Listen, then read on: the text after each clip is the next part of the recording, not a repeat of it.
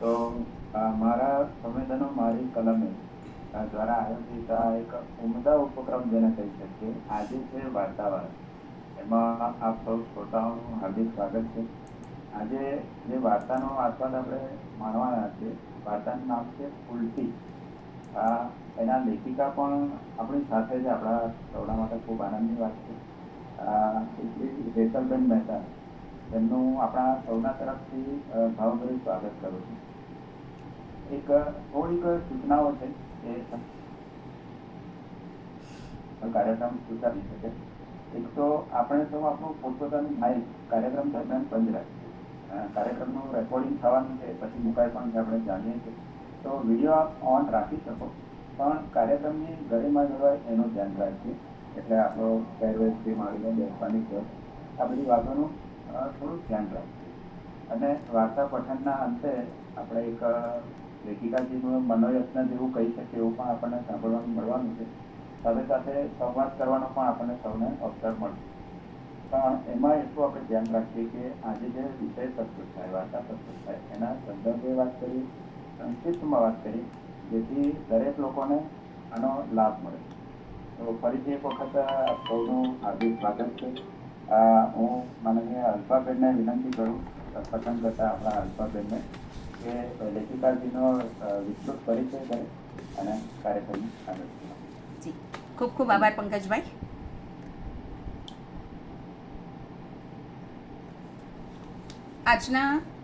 આજે છે વાર્તાવારના આપણા લેખિકા છે સુશ્રી હેતલબેન મહેતા, અને એમની વાર્તા આપણને મળી છે ઉલટી. પહેલાં તો ખૂબ ખૂબ ધન્યવાદ વાર્તા આપવા બદલ. અને હેતલબેન વિશે આપણે એક પરિચય લઈ લઈએ. થોડી વાતચીત તો પંકજભાઈએ કરેલ જ છે. તેઓ શિક્ષણ, સાહિત્ય, સંસ્કૃતિ, સર્જન અને સેવાને સમર્પિત છે. પ્રાથમિક શિક્ષિકા તરીકેનો વ્યવસાય કરે છે અને હોદ્દો છે તેમનો CRC કોઓર્ડિનેટર. શોખ છે તેમના સાહિત્ય, વાંચન અને ગાયન. સાહિત્ય લેખનમાં પુસ્તકો અમારે મોન્ટી જેવા થાવું છે, બાળ લઘુનવલ, જે ગુજરાતી સાહિત્ય અકાદમીની ગ્રાન્ટથી પ્રકાશિત કરવામાં આવેલ સ્વતંત્ર લેખક તરીકે તેઓનું પ્રથમ પુસ્તક છે, જે બાળ સાહિત્ય અંતર્ગત આવે છે. વિમળા, સામાજિક વાસ્તવની નોખી નવલકથા. આ નવલકથા પ્રતિલિપિ ઉપર તેમણે લખી હતી. ત્યારબાદ ગુજરાત સાહિત્ય અકાદમીની ગ્રાન્ટથી પ્રકાશિત થયેલ છે. આ તેઓશ્રીની પ્રથમ નવલકથા છે. દરિયાદિલ ગુજરાત સાહિત્ય અકાદમીની ગ્રાન્ટથી પ્રકાશિત કરેલ તેઓનું બાળ સાહિત્યનું દ્વિતીય પુસ્તક છે. મને વહાલા મહાદેવ શિવપુરાણની કથાઓને બાળકોની કક્ષામાં લખેલ છે. શિવભક્તો માટે પણ તે ઉપયોગી પુસ્તક છે. જ્યાં પેમા ત્યાં યામા અંતરિક્ષ કથા, બાળપંખ મિશન બાળ વાર્તા અંતર્ગત બાળકોએ લખેલી વાર્તાઓનો સંગ્રહ.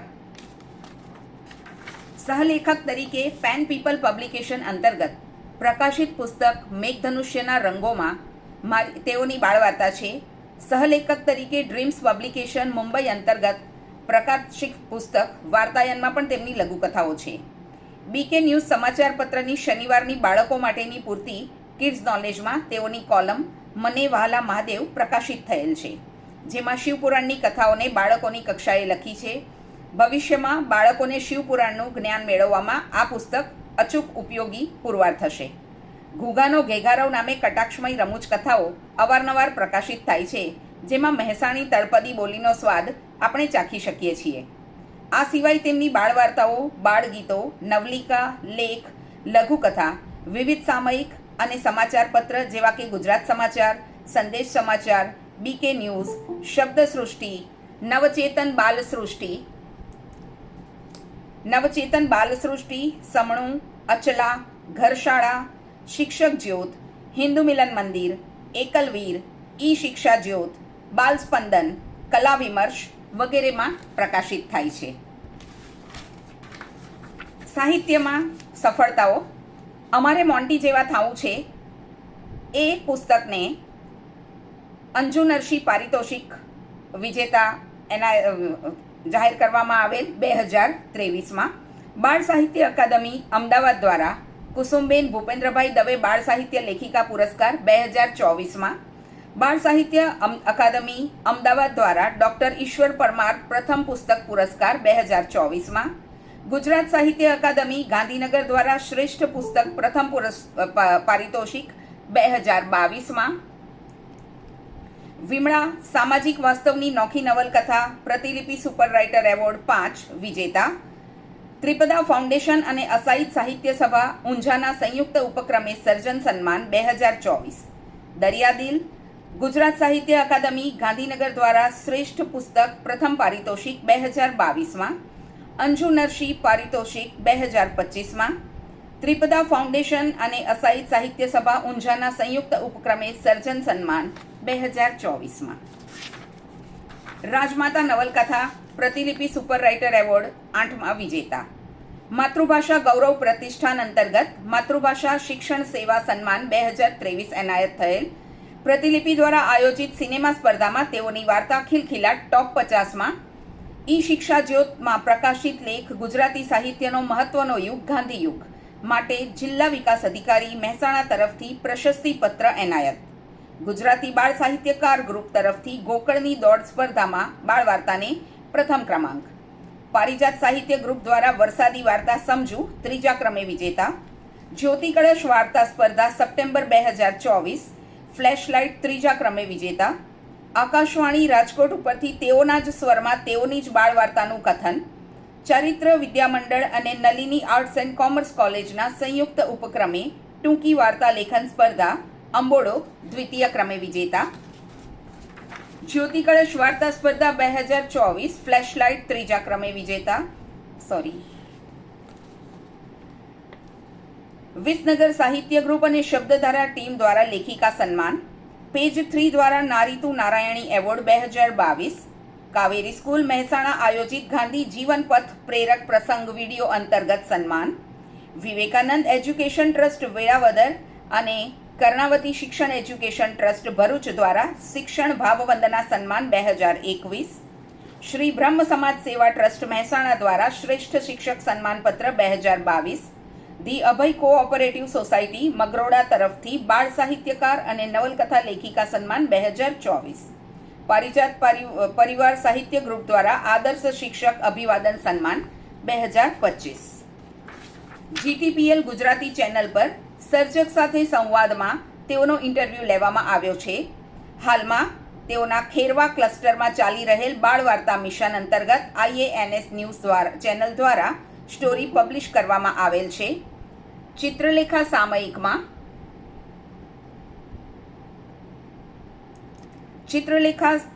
સામયિકમાં પણ મિશન બાળ વાર્તાની નોંધ લેવામાં આવેલ છે.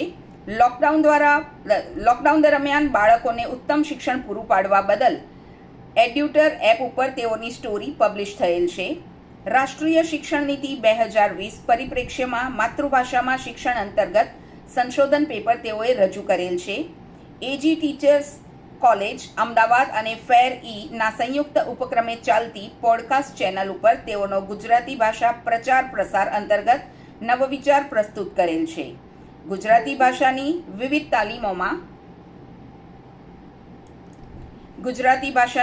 તાલીમોમાં ભાષાના તજજ્ઞ તરીકે તાલીમ આપેલ છે. એજ્યુકેશન ઇનોવેશન 2019માં જિલ્લા કક્ષા સુધીની ભાગીદારી, ભારતીય બાળ સાહિત્ય ઇતિહાસ અને ભાષા રાષ્ટ્રીય સંગોષ્ઠીમાં ભાગીદારી, વિવિધ સ્પર્ધાઓમાં નિર્ણાયકની ભૂમિકા, માતૃભાષા અંતર્ગત કાર્ય, એજ્યુકેશન ઇનોવેશન. સપ્ટેમ્બર 2021 થી નવેમ્બર 2022 સુધી માતૃભાષાના ગૌરવ માટે ગૌરવવંતી ગુજરાતીની રચના કરી હતી, જેની સાથે 750થી પણ વધારે સભ્યો જોડાયેલા હતા, જેઓ ગુજરાતી ભાષાને સારી રીતે જાણી રહ્યા હતા. માતૃભાષા ગૌરવ પ્રતિષ્ઠા મહેસાણા ગ્રુપની સહસંચાલકની જવાબદારી તેઓ હાલ નિભાવી રહ્યા છે તથા માતૃભાષા ગૌરવ પ્રતિષ્ઠાનના કાર્યકારી 40 સભ્યોની ટીમમાં પણ તેઓનો સમાવેશ કરવામાં આવેલ છે. તેઓ સોશિયલ મીડિયા સાથે પણ જોડાયેલા રહે છે. તો હવે તેમની આજે મળેલ વાર્તાનું પઠન શરૂ કરીએ. વાર્તા ઉલટી. લેખિકા સુશ્રી હેતલબેન મહેતા. હમણાં થોડા દિવસથી ઘરનું વાતાવરણ શાંત હતું. દિવાલો પરના બોલતા ચિત્રો મૂંગા થઈ ગયા હતા. ફ્લાવર વાઝના ફૂલો નિસ્તેજ ભાસતા હતા. રૂમનો પંખો પાંખિયા ગણી શકાય એવી રીતે 24 કલાક સતત ફરતો રહેતો હતો. ગતિ પરથી જાણે માંદો પડ્યો હોય. હંમેશા ગાજતું રહેતું ટીવી મોં ઉપર આંગળી ધરી ચૂપચાપ પડ્યું હતું. હા, ઘરમાં કોક છે એવો અનુભવ કરાવતો હોય તેવો એક જ હતો, મોબાઈલ, જે હમણાંથી સતત રણક્યા કરતો હતો. પણ છેલ્લા 2 દિવસથી તેને મોટું તાળું મારીને બેઠક ખંડના એક ખૂણામાં સુવડાવી દેવામાં આવ્યો હતો. તે ઘડી ઘડી ધ્રુજતો રહેતો, પરંતુ તેની તરફ જોઈ નજર ફેરવી લેવામાં આવતી. તેના તરફ શા માટે આવું દુર્લક્ષ સેવવામાં આવી રહ્યું છે તે વાતથી તે અજાણ હતો. હમણાંથી બારીઓના કાન બંધ હતા અને બારણું લજામણીની માફક ખુલતું અને પાછું બંધ થઈ જતું. હા આવ્યો. 2 દિવસથી એક પણ હરફ ન ઉચ્ચારનાર નવનીતરાયના મુખેથી અચાનક શબ્દો સરી પડતા તેની પત્ની કંચને આનંદ સાથે આશ્ચર્ય અનુભવ્યું. અરે, ક્યાં જવું છે? જોને, મને બોલાવે છે. નવનીતરાય ડોળા ફાડી છત તરફ જોઈ રહ્યા. કંચનને ફડક પેઠી. શરીર અસ્વસ્થ તો હતું જ, હવે મગજ પણ એ રસ્તે જઈ રહ્યું છે કે શું? તેણે પણ ઊંચી નજર કરી. કોણ બોલાવે છે તમને? અહીંયા તો કોઈ નથી. આ જણ જણ જણ અવાજ નથી સંભળાતો તને? કંચનને કપાળે કરચલીઓ પડી. ધબકારાની ગતિ વધી પડી. તેણે સાંભળ્યું હતું કે માણસને છેલ્લી ઘડીએ ઘણીવાર ઘંટડીઓનો રણકાર સંભળાય છે. મતલબ કે જવાનો સમય આવી પહોંચ્યો છે કે શું? તેનું હૈયું હાલક ડોલક થવા લાગ્યું. આ શું બોલો છો તમે? મને કાંઈ સમજાતું નથી. ગરમી લાગે છે? પંખો વધારું? પાણી પીવું છે? એકીટશે પતિની સામે જોઈ રહેલી કંચને નવનીતરાયના માથે હાથ મૂક્યો. માથું થોડું ગરમ હતું. તે નીચી નજર કરી તેની સામું જોઈ રહી, પણ નવનીતરાયની નજર ક્યાંય ઊંચે ચઢેલી હતી, છતની પેલે પાર. છેલ્લા 55 વર્ષના સહજીવનમાં કંચનને નવનીતરાય તરફની કોઈ ફરિયાદ નહોતી. વળી ઓછા બોલા નવનીતરાયને ગૃહસ્થીમાં કદી કોઈ પ્રશ્ન નહોતો. બેયનું સુખી જીવન, સંતાનમાં 2 દીકરીઓ. દીકરો ન હોવાનો કોઈ વાર કંચનના મુખે વલોપાત થયો હશે, પણ શિક્ષિત નવનીતરાય હંમેશા તેને દીકરો સમાન ગણવા સમજાવી લેતા. બેયનું સાદું ને સરળ જીવન. કંચને સપનામાં પણ વિચાર્યું નહોતું કે નવનીતરાય કદી આવી રીતે માંદા પડી જશે. જોકે નરમ ગરમ રહેતી પોતાની તબિયતને લીધે આવી માંદગી પોતાને ચોક્કસ આવી શકે એવું એણે ઘણીવાર વિચારેલું. હા આવ્યો. નવનીતરાય નાના છોકરાની જેમ જાણે જીદે ચડ્યા હોય તેમ બોલી ઉઠ્યા. કંચનની ચિંતા વધી. થોડી અકળાતા તે બોલી પડી. ત્યાં કોઈ નથી, ઊંઘી જજો તમે. છે ને? જો તને દેખાય છે? કંચને ખાલી તેમનું મન રાખવા ફરી ઊંચે નજર કરી. કોણ છે? કહેજો મને. દેવકુંવર. ખટ ખટ ખટ કરતો થાકેલો પંખો અચાનક બંધ પડી ગયો. રૂમમાં ઉકળાટ વધ્યો. મૂંઝારો થવા લાગ્યો. કંચનના રોમમાં એક અજાણ્યો પ્રશ્ન રક્તની પેઠે વહેવા લાગ્યો. ચહેરા પરની ચિંતાની રેખાઓ પળવારમાં અણગમામાં ફેરવાઈ ગઈ. એક કડવા ઓડકારે આખું મન કડવું ઝેર જેવું કરી નાખ્યું. આજે આટલા વર્ષે આજ સુધી દેવકુંવરની કોઈ વાતચીત નહીં, ને આજે અચાનક એનું નામ? હવે છેક રહીને આયખાના ઉંબરે 75 વટાવ્યા બાદ આવી ઘેલછા શા માટે? તમને છેલ્લી ઘડીએ હું યાદ ના આવી ને દેવકુંવર તેમના હૈયે આવી? અરર, અમારા 55 વર્ષોના સહજીવનનું પરિણામ મને આજ મળવાનું હતું? એમના માટે કરેલા વ્રત ઉપવાસનું આ ફળ? હું તેમના ઘરના ઉંબરા સાથિયા કરીને રાજી થતી રહી ને તેમના ઉરના ઉંબરે તો મારા નામની એકેય રેખા નથી. તેમના કાળજાના કમાર પર તો દેવકુંવરનું નામ છે. તેમના આખા હૈયાના સામ્રાજ્ય પર તો દેવકુંવરનો વાસ છે. તો પછી આજ સુધી મારી સાથે જે જતાવ્યું હતું એ શું હતું? પ્રેમ તો નહીં જ હોય. તો એ તો છેતરામણી. મારી સાથે કપટ થયું એમ જ કહેવાય ને. તેમની આંખોમાં દેવકુંવર વસતી હતી ને મેં એમના સિવાય કોઈના સપના જોયા નહીં. હાય, મારી આંખો બંધ હતી કે છતી આંખે હું આંધળી હતી? મને આજ સુધી એમના મનની કાંઈ ખબર ના પડી. એક પ્રશ્નાર્થભરી નજર તે પતિ સામું જોઈ રહી. આંખો છલોછલ થઈ ઉઠી. તેનાથી બેઠું રહેવાયું નહીં. તે પાલવથી આંખો લૂછતી રૂમમાંથી બહાર નીકળી ત્યાં પિતાની ખબર લેવા નાની દીકરી આવી ચડી. કેટલા ફોન કર્યા, ઘડીમાં ફોન લાગતો નથી ને લાગે તો કોઈ ઉપાડતું નથી. માતા સામે નજર પડતા અવાજ ધીમો થઈ ગયો. શું થયું મમ્મી? અરે હમણાં તો વાઘ જેવી હતી ને પાછી. જો મમ્મી, હવે ઢીલા પડે નહીં ચાલે. ડૉક્ટરે જે છે તે જણાવી દીધું છે. જે છે એ સ્વીકાર્યા સિવાય આપણી પાસે બીજો કોઈ ઉપાય જ ક્યાં છે? તારે હિંમત રાખવી પડશે. તું હિંમત હારી જઈશ તો પપ્પા પણ. રસોડામાંથી બહાર નીકળતી મોટી દીકરીએ માતાને હિંમત આપવાનો પ્રયત્ન કર્યો, પણ કંચનની આંખોમાં નવનીતરાએ મીઠું ભેળવ્યું હતું. આંખોમાં બળતરા વધી. તેની ખારાશ કોણ જાણી શકે? દીકરીઓને કેમ કરીને કહેવું કે તારા પપ્પાને મારા કરતાં દેવકુંવર વધારે વાલી છે? ઉંમર નાની હોય તોય ઠીક, પણ છેક છેલ્લી ઘડીએ. વળી દીકરીઓ પણ 40 વટાવી ચૂકેલી. પોતાના પિતા વિશે જાણી શું વિચારશે? કંચનની પાસે દુઃખને દાબ્યા સિવાય બીજો કોઈ ઉપાય ન હતો. આમ તો કંચન હમણાંથી આખો દિવસ નવનીતરાય પાસે બેસી રહેતી, તેમની રજે રજની નજર રાખતી. તેમની ચાકરીમાં કોઈ કમી નહોતી રાખી, પણ આજે એ રૂમમાં જતાં તેના પગ પાછા પડતા હતા. તે બહારની રૂમમાં બેસી પડી. એકલા પડેલા નવનીતરાયના અર્ધજાગૃત મનમાં વર્ષો પહેલાંનું એક મીઠું સંભારણું ઉપસી આવ્યું. નાનપણથી શહેરમાં ઉછરેલા નવનીતરાયના લગ્ન માટે તેમની માએ ગામડાની છોકરી લાવવાનું નક્કી કરી નાખ્યું હતું. નવનીતરાય ભણેલા ને શાળામાં શિક્ષક. ઉંમર હશે 17-18. તેમની ઈચ્છા પણ એવી કે છોકરી ભણેલી હોય. માતા પાસેથી જાણવા મળ્યું હતું કે છોકરી 7 ચોપડી પાસ છે, પણ ગામડાની છોકરી.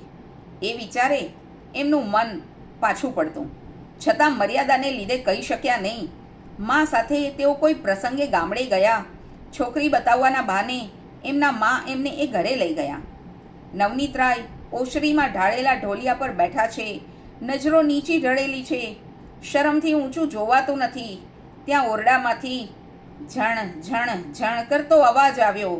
ચાંદીની ઝાંઝરી પહેરેલા માનસલ પગ નીચી નજરે પડ્યા. એમાં જ અડધા મોહી પડ્યા. ચહેરો જોવા માથું ઊંચકાયું.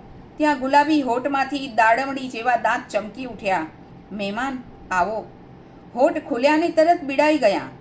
ફૂલ ગુલાબી હોઠથી દ્રષ્ટિ આગળ વધે એ પહેલાં ઝણ ઝણ ઝણ કરતો ધ્વનિ પાછો ધીમે ધીમે શાંત થઈ ગયો.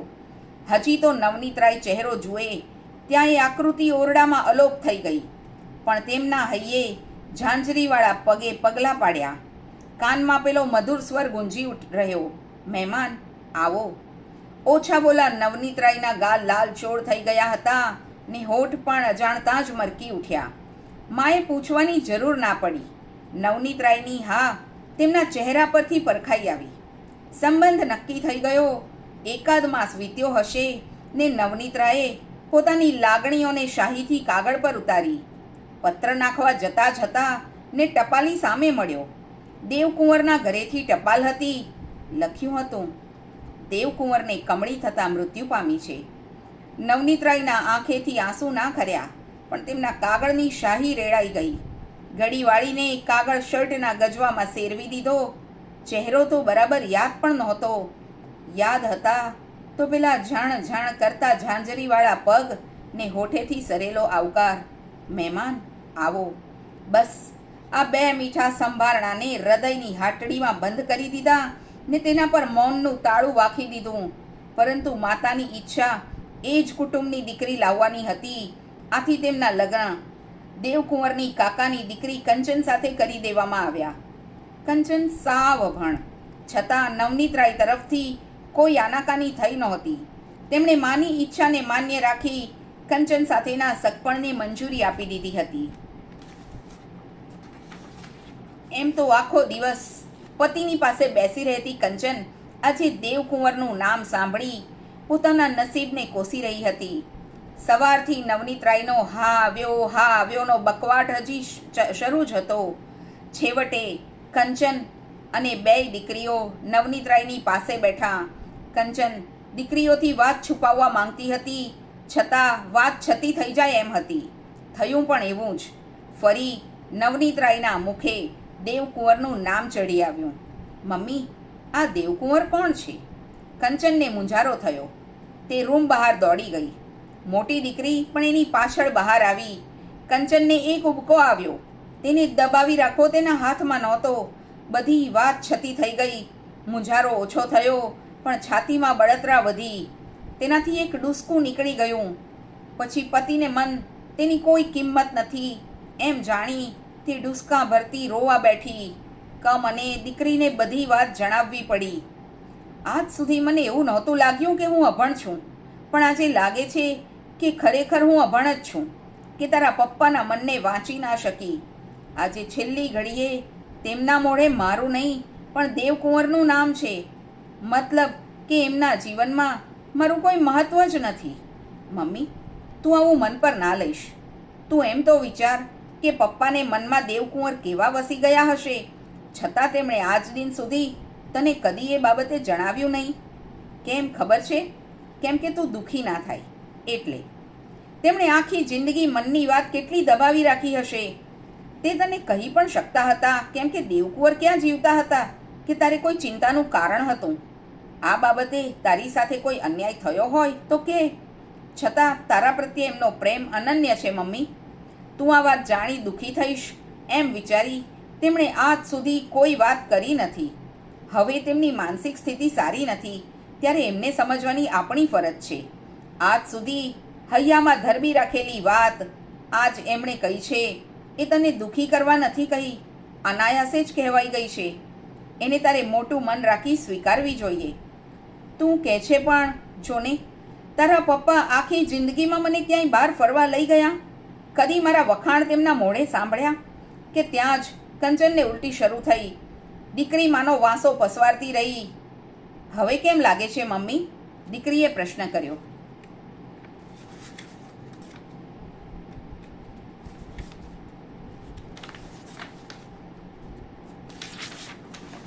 સારું બેટા. મમ્મી, તને યાદ આવે છે કે પપ્પા ક્યારેય ક્યાંય પ્રવાસમાં કે જાત્રાએ ગયા હોય? તમારા બંનેના જન્મ પહેલાં લગભગ અમે બંને એકવાર ગયા હતા. પછી કંચને ઘણું વિચાર્યું પણ કંઈ યાદ ન આવ્યું. મમ્મી, અમારા જન્મ બાદ તારી તબિયત કદી સારી ના રહી, એટલે પપ્પા પણ કદી ફરવા ગયા નહીં. શાળામાંથી આટલા પ્રવાસ થયા તોય કદી નહીં. તારા વખાણ નહીં કર્યા હોય તો કોઈ ફરિયાદ પણ ક્યાં કરી છે? મમ્મી, આ પેટ પણ ખોટો ખોરાક રાખતો નથી, જોયું ને? તું પણ તારા ખોટા વિચારોની ઉલટી કરી દે. દીકરીની સમજદારી ભરી અને લાગણીશીલ વાતોથી છાતીની બળતરા ઓછી થઈ. તેના હૈયે શાતા અનુભવી. પતિએ એની સાથે અન્યાય કર્યો છે એ દૃષ્ટિકોણ જ બદલાઈ ગયો. જાણે પોતે પાપ કરતાં બચી ગઈ હોય એમ તેને લાગ્યું. તેણે 2 હાથ જોડી ઈશ્વરની માફી માંગી. 2 મા દીકરી પાછા નવનીતરાયની રૂમમાં ગયા. નવનીતરાયનો બકવાટ હજી શરૂ જ હતો. એ હા આવ્યો. તેમની ફાટેલી આંખો છત તરફ જોઈ રહી હતી. તેમણે 2 હાથ લંબાવ્યા. એ હા આવ્યો. દીકરીઓની આંખો ઉભરાણી. કંચનથી તેમનો વલોપાત સહન ના થયો. બોલી, હા જાઓ, શાંતિથી જાઓ. નવનીતરાયનું શરીર. માઇક બંધ કરીશું આપણે. કોનું માઇક ચાલુ છે પ્લીઝ?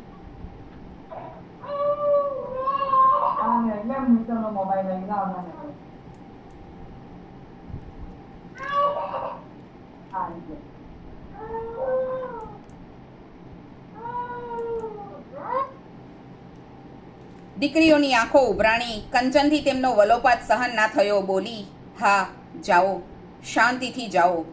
નવનીતરાયનું શરીર જરા ઊંચકાયું. હોઠ ખુલ્યા. ઉફ, ધ્વનિ બહાર ફેંકાયો ને પછી શરીર શાંત પડી ગયું. વાર્તા ઉલટી. લેખિકા શ્રી હેતલબેન મહેતા. લેખિકાજીને જે સાંભળીએ જી. આ વાર્તા પાછળ એમનો વિચાર તો કેવી રીતે આ રચાઈ. 5 મિનિટ એમને સાંભળી લે, પછી સંવાદનો સમય રહેશે આપણો. જી જી.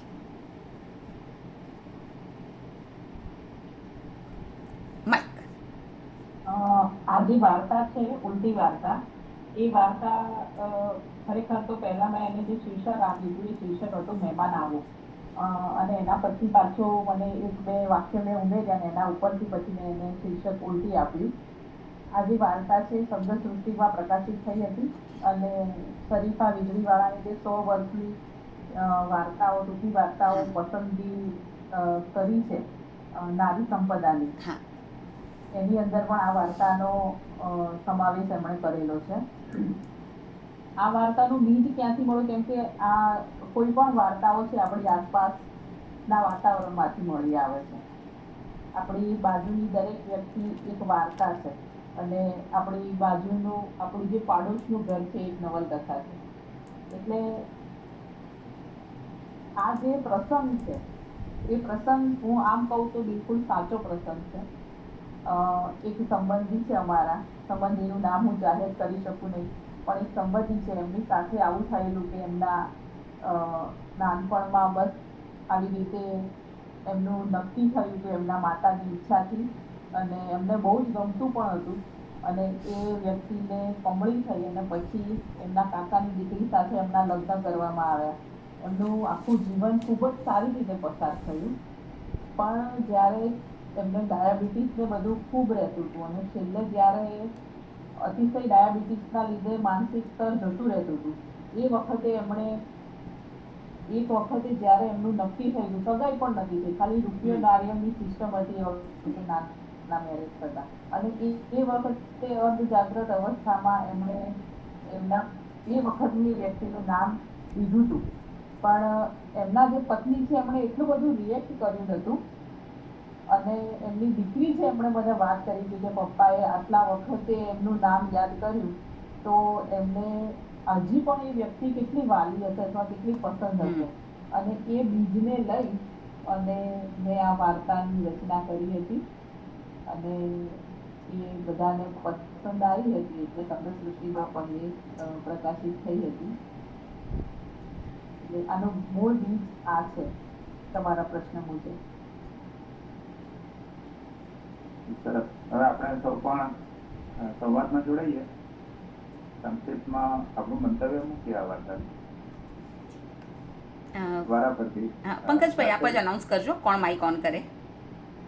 અચ્છા, ઠીક છે. તો બસ મને અહીં ઉપર દેખાય છે પ્રમાણે અરુણાબેન, આપ તૈયાર છો? અરુણાબેન, આઈ થિંક નું માઇક ઓપન નથી થતું. તો રંજનભાઈ, આપ વાત કરશો?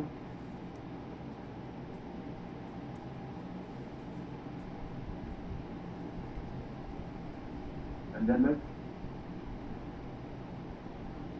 કદાચ આમ તેમ થયા લાગે છે. હા, પછી આપણે અને કે આપ આના વિશે કંઈક વાર્તામાં જોઈએ. હા, જય શ્રી કૃષ્ણ હેતલબેન, જય શ્રી કૃષ્ણ. હવે આ વાર્તા ખૂબ જ સરસ તમે બનાવી છે, અને સત્ય ઘટના છે એ જાણીને વિશેષ આનંદ થયો કે માણસને એમ કહેવાય છે કે મૃત્યુ આવે ત્યારે આખી જિંદગીમાં જે કંઈ બન્યું હોય એ બધું એની નજર સમક્ષ આવે, અને આ બનાવ તો આવવો જ જોઈએ. કેમ કે કંઈક પણ જે વસ્તુ હોય આપણે સાચા ખોટા બનાવ બનતા હોય તો એ આપણા મગજમાં આવી ગયો, મને આપવાનું રહી ગયું, આ થયું, ઓલું થયું. જેમ કહેવાય છે કે એ ચિત્રપટી ઉપરથી જ આપણે છે ને પછીનો જન્મ નક્કી થાય છે કે મારા ભવિષ્યમાં બીજે જન્મ લે તો ક્યાં કર્મ એના અધૂરા છે એને એ જગ્યાએ ખેંચી જાય છે. ભલે એના પિતાના પુત્ર થઈને આવે, પુત્રના પિતા થઈને, પુત્રના પુત્ર થઈને આવે, એ જુદી વાત છે કે ગમે એ જગ્યાએ જન્મ લે. એટલે આ બધી વસ્તુ ખરેખર વ્યવસ્થિત અને આ તમે અને ખાલી મહેમાન આવો એ એક જ શબ્દની અંદર તમે આખો પ્રસંગ વમાવી લીધો, તો એ વસ્તુ જિંદગી આખી માણસને યાદ રહ્યો છે, ભલે કઈ છે નહોતો જોયો. આજે વોટ્સઅપના એફબીના જમાનામાં તો માણસ પાસે જોઈએ એટલા ફોટાય મળે, એ તેનું કાંઈ નહોતું, છતાંય એ વ્યક્તિને માણસ આખી જિંદગી ભૂલી ન શક્યો, અને બીજા પાત્રને અન્યાય ન કર્યો એ હકીકત છે. તે પોતે ટ્રીટમાં જઈ શકે પણ નહીં, મારી પત્નીને મારે અન્યાય નથી કરવો, એની ગાંધી છે. એ બધી વસ્તુઓ માણસના જીવનમાં આવતી જ હોય છે. સરસ, અને સાહિત્યિક રીતે તમે બધી વર્ણન જે કર્યું એ પરફેક્ટ કર્યું છે. કે જે હું લખું તો આટલું વર્ણન હું નથી કરી શકતો. એટલે ખરેખર એ બાબતે તમને ખૂબ ખૂબ અભિનંદન. અને સરસ સરસ એકદમ બેલેન્સ આભાર ઓપિનિયન. દેવભાઈ તમારો આભાર. હા, થેન્ક યુ. મનીષાબેન. હેતલબેન નમસ્તે. તમારો પરિચય મને તો બહુ એકદમ જ અમેઝિંગ લાગ્યો કે આટલું આપનું લેખન કાર્ય છે, આટલું સરસ. તો ખૂબ જ આપણે સિદ્ધિ પણ મેળવી અને હજુ પણ દિન પ્રતિદિન ખૂબ ખૂબ પ્રગતિ કરો અને ગુજરાતી સાહિત્યને આપનું શ્રેષ્ઠ યોગદાન આપો. એ આપને શુભેચ્છા.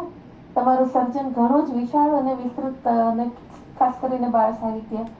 તો આપની પ્રગતિ માટે પણ આપને ખૂબ ખૂબ ધન્યવાદ. અને આ વાર્તા એટલા માટે ગમી કે આ વાર્તા તમે રિયાલિટી ઘણી બધી દર્શાવી અને એક સામાન્ય કહેવત છે કે પહેલો પ્રેમ કોઈ ભૂલી નથી શકતું. તો તમે એ વાતને પણ એ જે સિચ્યુએશનમાં તમે લાવ્યા ને કે છેલ્લે મૃત્યુ વખતે એને યાદ આવે છે, તો એ મને બહુ જ ગમી વાત કે કેવું સરસ એવું.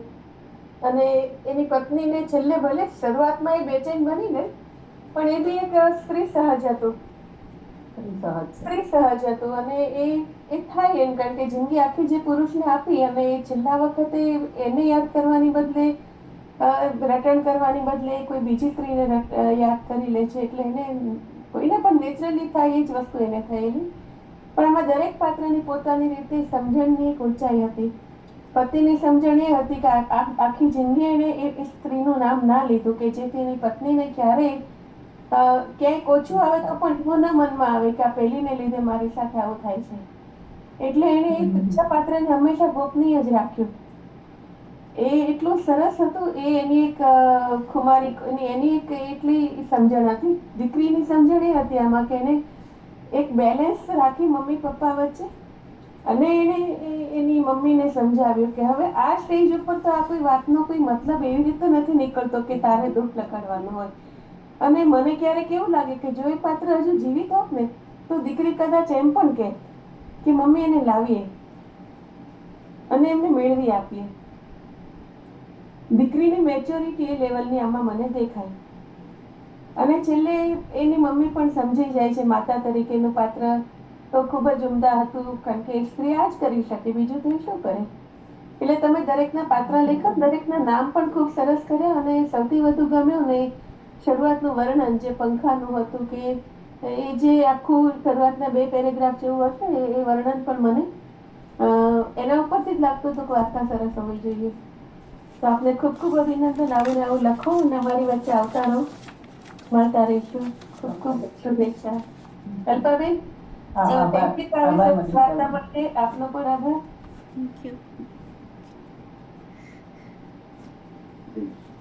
વૈશાલીબેન.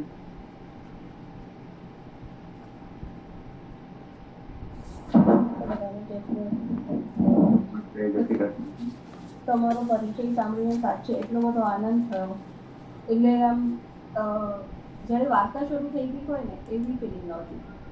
એટલો સરસ લાંબો અને એટલું બહુ જ ગમતું હતું સાંભળવાનું કે આટલા બધા પુરસ્કાર તમે શિક્ષક તરીકે પણ જે આટલી કામગીરી કરી છે એ બધું સાંભળીને પણ બહુ જ આનંદ થયો. અને સાચું કહું, તમારા ફેસ ઉપર જ્યારે અલ્પાબેન વાર્તા વાંચી રહ્યા હતા ને તો તમારી પોતાની વાર્તા અલ્પાબેનના મુખે સાંભળતા તમારી ફેસ ઉપર એક ખુશી દેખાઈ રહી હતી. તમે એને એન્જોય કરી રહ્યા હતા, એવી ફિલિંગ આવી. વાર્તા સાચે બહુ સરસ હતી. તમે એના પછી જે વાક્ય કીધા એ ઇન્સ્પિરેશન છે મારી માટે. કારણ કે તમે કીધું કે આપણી આજુબાજુ જ આપણને મળે છે વાર્તાના કંઈ પણ કન્ટેન્ટ તમે શોધો કે કંઈ, અને તમે સાચે એવી જ રીતે લઈ આવ્યા. અને હા, સાચી વાત છે કે છેલ્લા સમયમાં માણસના મનની વાત બહાર આવે, કંઈક જે હોય એના મનમાં કંઈક રહી ગયું હોય અને જે મહેમાન આવો અને એ છેલ્લે સુધી એ વ્યક્તિ એ જ બોલે છે હા આવ્યો, હા આવ્યો. પણ તમે જે શીર્ષક ચેન્જ કર્યું એ પણ મને સાચે બહુ જ ગમ્યું. કારણ કે તમે એના રિગાર્ડિંગ જે 2 લાઈન તમે જે લખી છે અને એ સાચે બહુ બંધ બેસતી છે કે હવે આ બધા વિચારો બી ઉલટી કરી દે.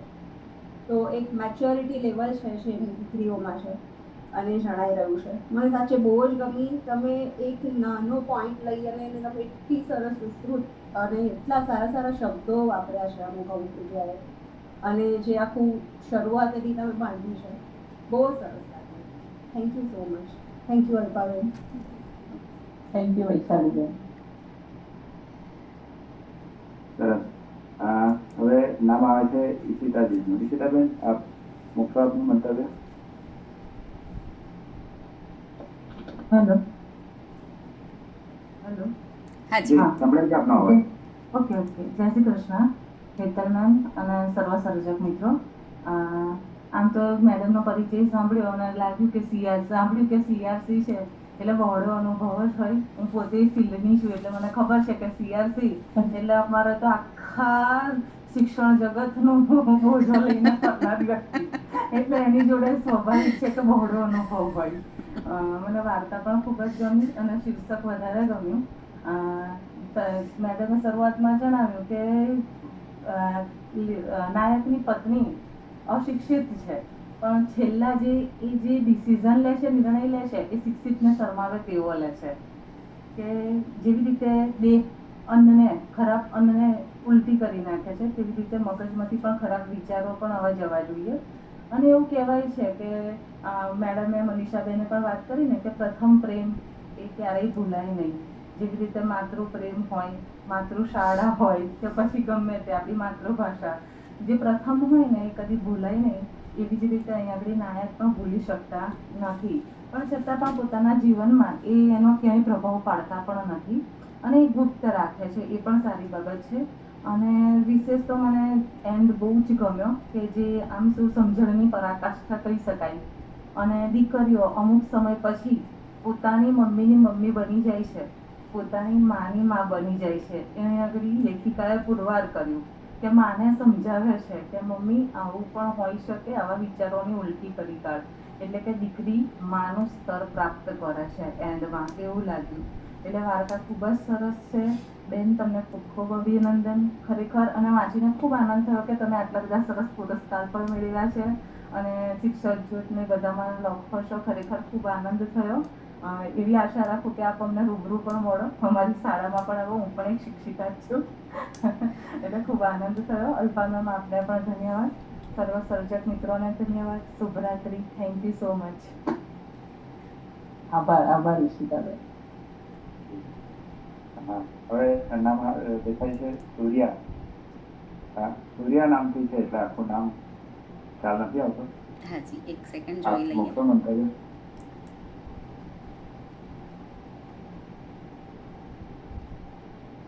હા, ફરી એકવાર બોલાવી જુઓ ને. નવા છે એટલે કદાચ એમને ખ્યાલ નહીં આવે. સૂર્યા નામથી કોણ જોડાયું છે? આપનું મંતવ્ય મૂકશો વાર્તા વિશે? આગળનું નામ લઈએ. સુનિતાજીનું નામ આવે છે. સુનિતાબેન, આપનું મંતવ્ય મૂકશો? જય શ્રી કૃષ્ણ. જય શ્રી કૃષ્ણ. હેતલબેનનો પરિચય સાંભળીને જ ધન્ય થઈ ગયા. ખરેખર ખૂબ સુંદર પરિચયથી જ ખ્યાલ આવી જાય કે કેટલી ઉત્કૃષ્ટ આ લેખિકા હશે. હેતલબેન, વાર્તા ખૂબ સુંદર હતી. સ્ત્રીના મનોભાવ પણ સમજાયા, દીકરીના મનોભાવ પણ સમજાયા. અને જે કઈ પ્રથમ, આજની લેંગ્વેજમાં કહીએ તો પ્રથમ ક્રશ જે હતો એમનો, એ પ્રથમ પ્રેમ હતો, એ છેલ્લી ઘડીએ એમને યાદ આવ્યું અને દીકરીએ કે માતાને સમજાવ્યું. એવો હવે આજની છોકરીઓ બહુ સમજદાર થઈ ગઈ છે, દીકરીઓ માતાને સમજાવી દે છે, એ પણ હેતલબેને કહ્યું. અને એક પુરુષ તરીકે, એક પતિ તરીકે એમણે ખરેખર એમની પત્નીને ક્યારેય જાણ થવા ન દીધી, પણ અંદર જે હૈયામાં દબાયેલું હતું એ આખરી ઘડીમાં બહાર આવ્યું. થોડુંક તેના પત્ની ડિસ્ટર્બ થઈ ગયેલા, પણ પછી બધું સારું થઈ ગયું. અને વાર્તાનો અંત પણ સરસ આવ્યો. વાર્તાનું જે શીર્ષક હતું તે સાંભળીને પહેલે લાગતું હતું કે આમાં શું આવશે. ઘણી સરસ રીતે વાર્તાની રજૂઆત પણ થઈ, પઠન પણ અલ્પાબેનનું સરસ. હેતલબેન ખૂબ ખૂબ શુભેચ્છા. ખૂબ સરસ રીતે આપ લખો છો, આગળ પણ લખતા રહો. ઘણી બધી આપને મારા તરફથી શુભેચ્છાઓ. જય શ્રી કૃષ્ણ. આભાર સુનીતાબેન. જય શ્રી કૃષ્ણ. અમારા બેન છે હેતલબેન, અમારા સીઆરસી બેન અમારા સ્કૂલમાં આવે ને ત્યારે ઘણી બધી વાર્તા કહે છે. ખરેખર આ વાર્તાનું એક શીર્ષક જોઈ અને એમ લાગ્યું કે આમાં શું હશે. મને પણ એવું હતું કે આમાં ઉલટી શબ્દ છે, એમાં ક્યાં આવશે, પણ એન્ડમાં ખરેખર વાર્તા સાંભળી તો બેન બહુ ખુશ થઈ ગયા. અમે એના વાર્તાનું બહુ સરસ. અમને તો અમારા બેન એટલે આમ સાંભળવાની ઇંતજારી બી બહુ હોય વાર્તાની. સરસ હેતલબેન, ખૂબ ખૂબ સરસ. આભાર સૂર્યાબેન. અમારા શિક્ષક છે શાળાના સૂર્યાબેન. અમારા બેન જોડે વાર્તાઓ અમારા છોકરાઓને બહુ ગમે છે કે બેન વાર્તા કે આવે એટલે કે જ વાર્તા ગીત તો મીટિંગ હોય કે ગમે તે હોય તો એટલે અમને બહુ ગમે છે બેનની વાર્તાઓ. બહુ સારી હોય છે બાળ સાહિત્યની. ચલો હેતલબેન. કોકિલાબેન, આપનું મંતવ્ય મૂકશો.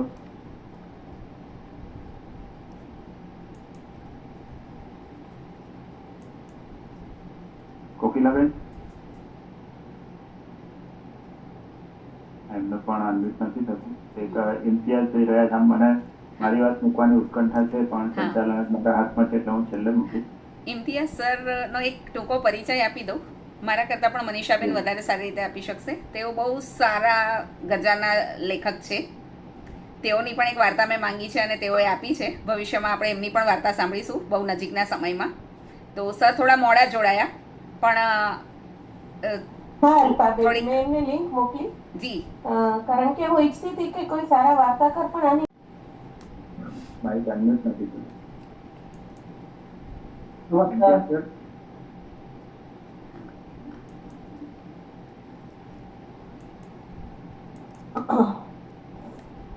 હેલો, નમસ્કાર. જી નમસ્કાર. સતીશભાઈ બોલું.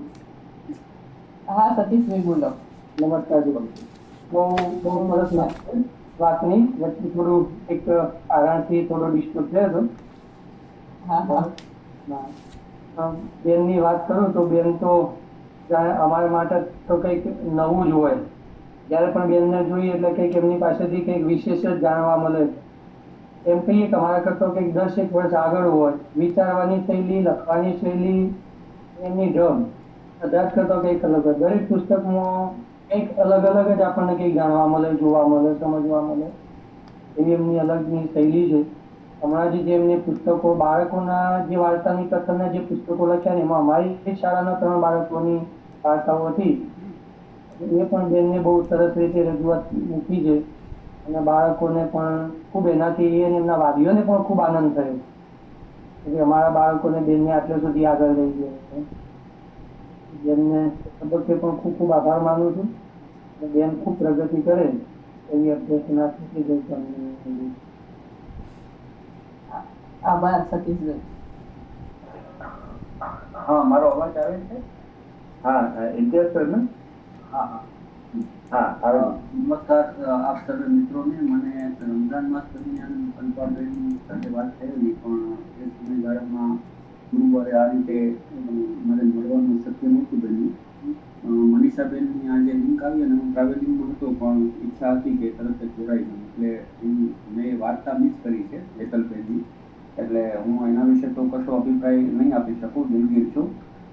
પરંતુ મને બહુ ગમ્યું કે આ સરસ રીતે આ દર ગુરુવારે આ રીતે પ્રવૃત્તિ થાય છે અને હવેથી સમય મળશે ત્યારે બિનચૂક આ મારું ગમતું કાર્ય છે. અત્યારે વર્કલોડના હિસાબે કંઈ લખાતું નથી, પરંતુ સર્જકોને જાણવા અને એમને વાંચવા, એમની વાર્તાઓ આ રીતે અવલોકન થતું એ ગમે, એટલે એ ગમતો વિષય છે. એટલે બસ આ રીતે સાથે જોડાયેલા રહેશું. આપ સર્વેનો ખૂબ ખૂબ આભાર. Thank you sir. જી આભાર સર. હા અલ્પાબેન 2 મિનિટમાં મારી. અચ્છા હા કોકિલાબેન બોલો બોલો. હા, બાળકો વાતમાં પેલા છે એટલે અભિપ્રાય આપી શકતી નથી. જેમ કે ખૂબ સરસ વાર્તા લખી, તેમ પ્રેમ પ્રગતિ ઉત્તરોત્તર વધારે થાય મારી અંતરની આશીષ છે. આભાર કોકિલાબેન. પર્સનલ મેસેજ કરી અને કાલે તમને ચોક્કસ શુભેચ્છાઓ પાઠવીશ. ચોક્કસ.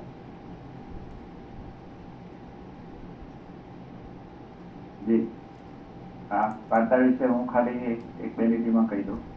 એક તો વાર્તાકાર તરીકે મને એવું સમજાય છે કે સૌથી અઘરું પાત્ર લેખન કોણ થયું હશે તો કંચનનું.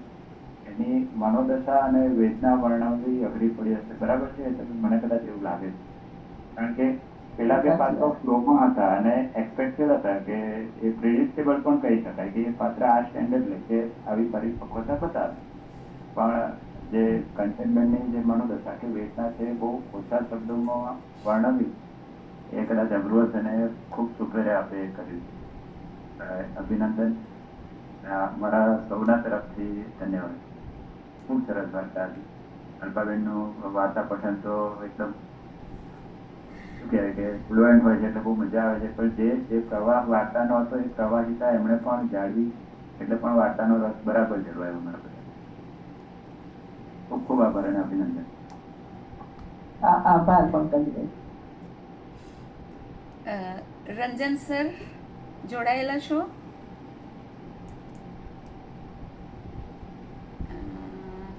કદાચ એમનું કનેક્શન છૂટી ગયું છે પાછું. તો પંકજભાઈના જોડાવા કરતાં જોડાય તો ઘણી વાર છે, પણ એમના સપોર્ટથી મને બહુ ફરક પડ્યો આજે. કારણ કે હું રીડિંગ કરું એ જરૂરી છે કે એના ટચમાં રહેવું જોઈએ. આપણે એક બાળક ઉછેરીએ તો બાળ વાર્તા એટલી ઇફેક્ટિવ ના હોય જે હજારો બાળકોની વચ્ચે રહીને સર્જાતી હોય. કારણ કે દરેક બેકગ્રાઉન્ડમાંથી આવતું બાળક પેરેન્ટ શિક્ષિત છે, અશિક્ષિત છે, અર્ધ શિક્ષિત છે, અલગ અલગ છે. એમનું જીવન ધોરણ કેવું છે એ બધું જોઈને, એ કયા પરિપ્રેક્ષ્યમાંથી આવે છે એ બધું જોઈને અનુભવ જે તમારું ભાથું બંધાતું હોય ને એમાંથી તમે લખો છો એટલે તમારું બાળકોની વાર્તાઓનું કે બાળ સાહિત્યનું કોઈ પણ સર્જન ઉત્તમ હોવાનું જ. અને મેં વાંચેલું છે એટલે મને ઘણી સારી રીતે ખબર છે. આમાં કેવું છે કે અલ્પાબેન લેખક પોતાની રીતે લખતો હોય છે. જેમ કે આ વાર્તા મેં મારી રીતે લખી છે એટલે મારો એક પોઈન્ટ ઓફ વ્યૂ હોય કે ભાઈ એ સ્ત્રીને મનોદશા આપણે વર્ણવવાની છે કે જેને છેલ્લી ઘડીએ કે જ્યારે કશું કહી શક્ય નથી, કદાચ કંઈક કહેશે તો સામેવાળી વ્યક્તિ એ શું બોલે છે સમજવાનું નથી. પણ જ્યારે વાચકો પાસે જાય છે ત્યારે આપણને એના નવા પોઈન્ટ ઓફ વ્યૂ મળે છે. જેમ કે અનિલભાઈએ કીધું કે જે છે માણસ જ્યારે મૃત્યુની અવસ્થાએ હોય ત્યારે એને બધું યાદ આવે છે, પોતાના સારા નરસા બધા પ્રસંગો યાદ કરતા હોય છે. પછી મનીષાબેને પણ કીધું કે જે પ્રથમ પ્રેમ છે એ ભૂલાતો નથી એટલે આ જીવન યાદ રહે છે. બીજા પણ વૈશાલીબેને એમને કીધું કે જે દીકરી છે માતાનું સ્થાન લે છે, માતાની સખી બને છે. એ એવું નથી ઈચ્છતી કે હવે આ ઉંમરે માતા પિતા વચ્ચે જ્યારે બધું પૂરું થવા આવ્યું છે ત્યારે કંઈ થાય. પછી પંકજભાઈએ કીધું કે જે એની જે વેદના છે એ વેદના ખાસ બહુ ઓછા શબ્દોમાં એને મેં પણ હું રજૂ કરી શકી છું. એટલે હું મારો એક પોઈન્ટ ઓફ વ્યૂ હોય મને એમ થાય કે મેં આ રીતે જ વાર્તા લખી છે. પણ જ્યારે તમે વાચકો પાસે જાઓ છો ત્યારે તમને એક જ વાર્તાના ઘણા બધા વ્યૂ મળે છે. અને ખરેખર આવો તમારો જે આ ઉપક્રમ છે સારો છે કે હું ક્યાંક એવું જ વિચારતો હોય કે મેં આ વ્યૂ ઉપરથી આ વાર્તા લખી છે, પણ એના ઘણા બધા વ્યૂ મળે છે કે મને પણ ખ્યાલ આવે છે કે ના આટલું બધું પણ મેં આ વાર્તામાં લખ્યું છે મને વાચકો પાસેથી જાણવા મળે છે. એટલે આજને આમ તો મારે તમારો આભાર માનવો પડે કેમ કે તમે સામેથી મારી વાર્તા મંગાવી અને આવો એક સરસ ઉપક્રમ તમે જે કરો છો એમાં તમે મને સામેલ કરી એ બદલ હું તમારો ખૂબ હૃદયપૂર્વક આભાર વ્યક્ત કરું છું. સાથોસાથ આટલા બીજી શિડ્યુલમાં આવે જોબની વાત તો જુદી છે પણ અત્યારમાં કોઈની પાસે ટાઈમ નથી. બીજી શિડ્યુલમાં પણ જેટલા પણ વાચકો જોડાયેલા છે અને જોડાયા પછી એમણે વાર્તાને રસથી સાંભળી છે અને સાંભળ્યા પછી એના ઉપરથી પ્રતિભાવ આપ્યા છે એ બધાનો હું અંતઃકરણપૂર્વક આભાર વ્યક્ત કરું છું. અને હું તમને પણ ખાતરી આપું છું કે આમ મોટા ભાગે મારો મેમરી લોસ થતો જાય છે. એટલે મેં તમને કીધું હતું વચ્ચે 2 વખત તમે મને યાદ કરાવ્યું પણ હું જોડાઈ નથી શકી. પણ તોય હું ઈચ્છીશ કે મને સમય હશે તો હું જરૂર આપના કાર્યક્રમમાં ગુરુવારમાં જોડાવાનો પ્રયત્ન કરીશ. અને ફરી હું સૌનો આભાર વ્યક્ત કરું છું.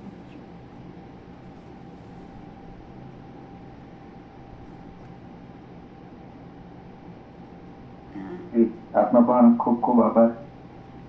અલ્પાબેન, હવે કાર્યક્રમમાં આગળ. હા, હવે આઈ થિંક બધાનું આવી ગયું છે અને રંજન સર છે નહીં ગ્રુપમાં, નીકળી ગયા લાગે છે, તો આપણે સમાપન કરી શકીએ છીએ. બસ, તો આ રીતે આપણે જોડાતા રહીશું અને એક પ્રકારે આપણે માતૃભાષાની સેવા કર્યાનો પણ એક સંતોષ પણ મળશે. એ માટે પણ જોડાઈશું. તો સૌને શુભરાત્રિ. રામ રામ. શુભરાત્રિ. રામ રામ. જય શ્રી કૃષ્ણ. શુભરાત્રિ. જય શ્રી કૃષ્ણ.